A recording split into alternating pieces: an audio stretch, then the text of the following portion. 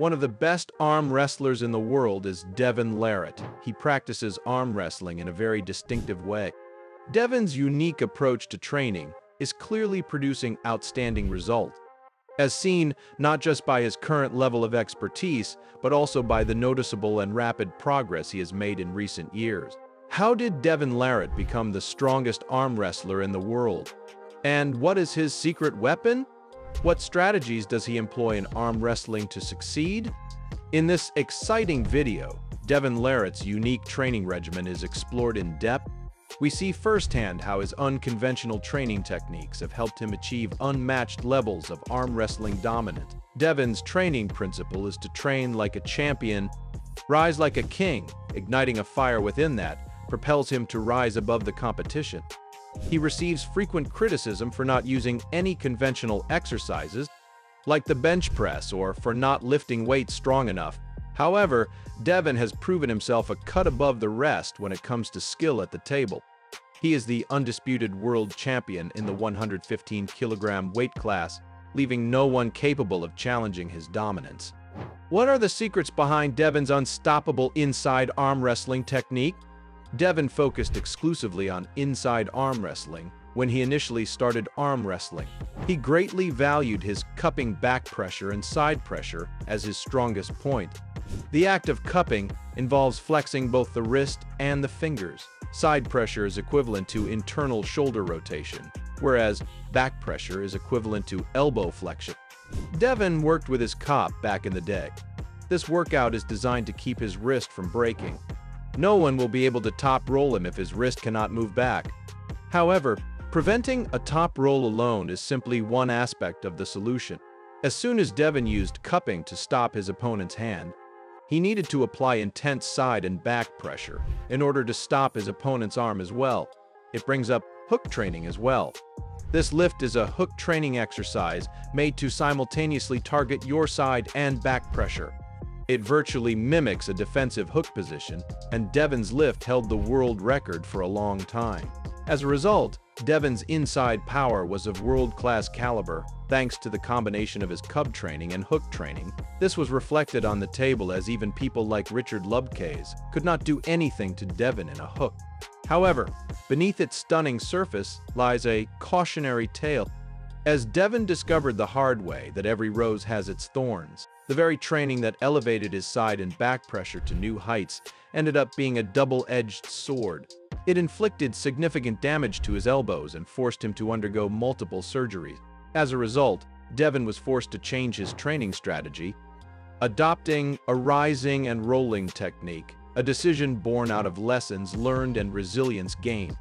Devon's arm wrestling journey took a surprising turn as he shifted gears, substituting side pressure in favor of the thrilling road of rising, cupping, and rolling.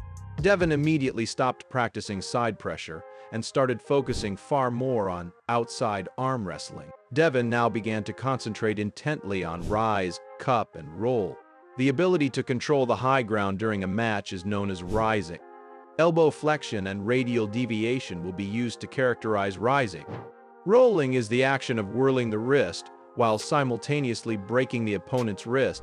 Pronation will be used to describe rolling, and again, wrist and finger flexion will be used to characterize cupping. Devon began to concentrate much more on hand control at this time. Your opponent has almost no options if you can manage the high ground and bend your wrist while maintaining pronation.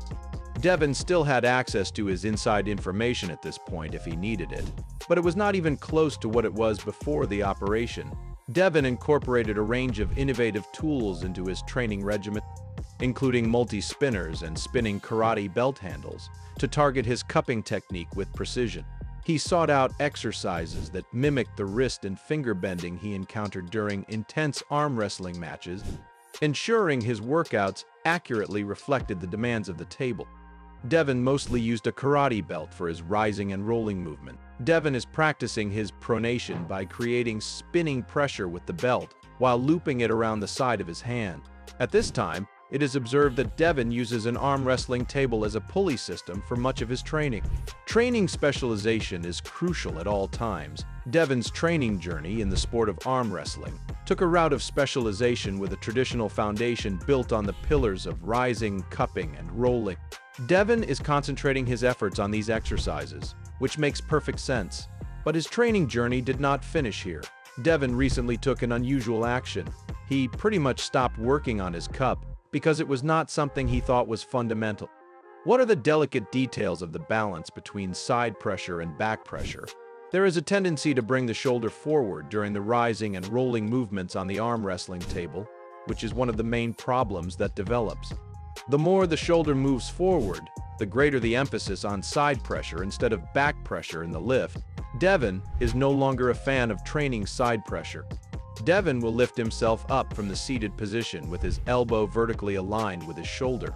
This indicates that he is solely applying back pressure while avoiding side pressure. Devon occasionally has his elbow outside of his shoulder.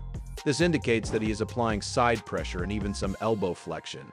External shoulder rotation will be used to describe reverse side pressure. Devon set out on a path that deviated from accepted wisdom in the area of training methods, raising eyebrows and igniting intense debate. Devon has stopped using 3 sets of 10 5x5 or another more conventional method. Devon has been working out exclusively on 1 rep. Additionally, he performs single reps continuously throughout the day. According to Devon, this may occur as frequently as once every 20 minutes, and Devon will be using a weight that is roughly 90% of his 1 rep maximum. Devon basically spends the entire day doing strong singles on rise and pronation. Now, it is crucial to remember that Devon practices isometrically. Although he continues to perform a tremendous amount of volume, the amount of muscle he develops will be small because he only performs isometric exercises.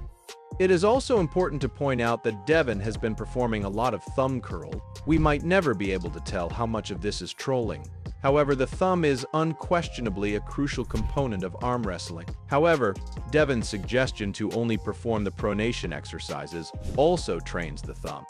How can we strike the right balance between developing techniques like side pressure and cuffing while also recognizing the significance of rising and rolling?